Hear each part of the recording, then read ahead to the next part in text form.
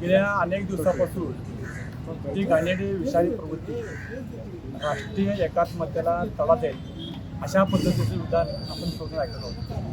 कुठल्याही भारतीय नागरिकाला ही न पटणारी गोष्ट आहे.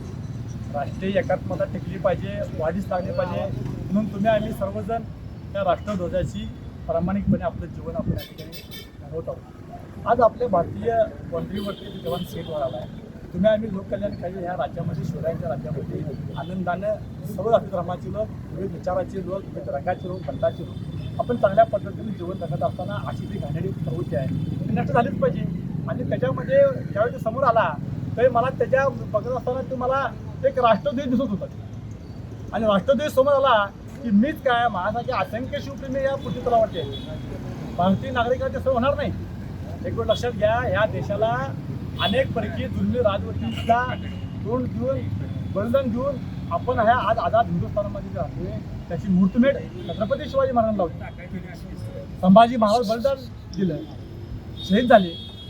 त्याच कार्याचा वसाने वारसा त्या 150 वर्षाच्या इंग्रजांच्या जुलमी राजवटी सत्याविरोधात लढले आपले क्रांतिकारक स्वातंत्र्यवीर. त्यांचे संपूर्ण प्रेरणास्थान हे छत्रपती शिवाजी महाराज होते. संभाजी महाराज म्हणून तर सुखदेव राजगुरू भगतसिंग फसार गेले आणि देशात सांगितलं की बाबांनो, त्या जुलमी राजू बाहेर पडत असेल तर आमचं बलिदान तुम्ही देऊ नका, तुम्ही एकत्र आणि अशी विषारी प्रवृत्ती जी काय ती बाहेर करा. आज मला हे समजत नाही की ते कोरटकरनं परवा बोलला, त्याच्या अगोदर तो राहुल सोलापूरकर बोलला, जेम्स लेन बोलला, तर कोश्यारी कुटुंबाचा मला होता त्यांच्याकडे आकर्षित नव्हते. लक्षात घ्या, ते अशी घाणेरडी प्रवृत्ती जर सारखी जन्माला यायला लागली आणि या लोककल्याणकारी विचाराला कुठं तर ते बाधा आणणार असेल तर मग काय आम्ही काय आदर्श यांचा घ्यायचा, कुणाचा घ्यायचा आदर्श? त्या पृथ्वी तलावरती संपूर्ण मानव जातीला माणूस म्हणून करण्यासाठी सामर्थ्य कोण करेल तर ते एकमेव छत्रपती शिवाजी महाराजांचं शिवचरित्र आहे. त्याच्यात जर आडवं कोण येत असेल, जाणीवपूर्वक जर त्याला कोण बदनाम करण्यात प्रयत्न असेल, मीच काय सोडा, माझ्यापेक्षाही शिवप्रेमी शिव कार्यकर्ते ते कदापि सहन करणार नाहीत. हा आमचा राष्ट्राभिमान, राष्ट्राचा स्वाभिमान, ती नैतिकता जी आहे पाळण्याची राखण्याची ही प्रत्येक भारतीयाचं कर्तव्य आहे.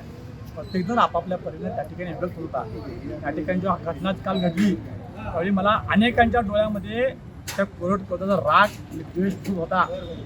मी माझ्या पद्धतीने व्यक्त झालो आणि मी जरी वकील असलो तरी सर्वप्रथम मी नैतिक जबाबदारी माझी असेल की भारतीय नागरिक म्हणून या देशाला कसल्याही पद्धतीच्या राष्ट्रीय एकात्मतेला तडा जाणार नाही.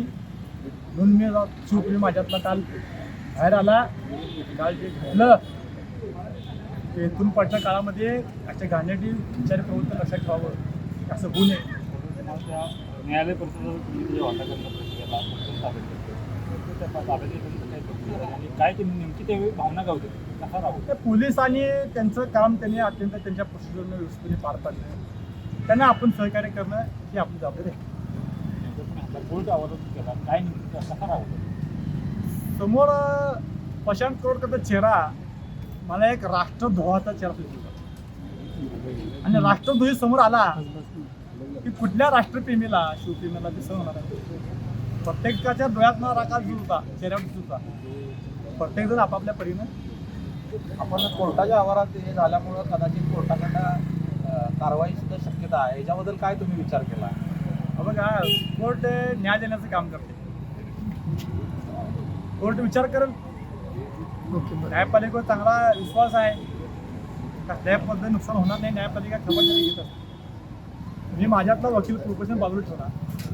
कोण तर वकील असतोय, कोण डॉक्टर असतोय, कोण शिक्षक असतोय, कोण व्यापारी शेतकरी असतो. शिवाय चौकात नाही रे, जे आपलं पोट भरण्यासाठी लक्ष्मीपूरला कार्यालय आपले एक पद्मटॉकीचे इथे पद्मटॉकी त्याच्याहीपेक्षा ज्यावेळी राष्ट्रावर संकट येते काय म्हणतो काय मी डॉक्टर आहे, मी वकील आहे, पद्मटॉकीच्या समोर बरोबर कोण म्हणत नाही.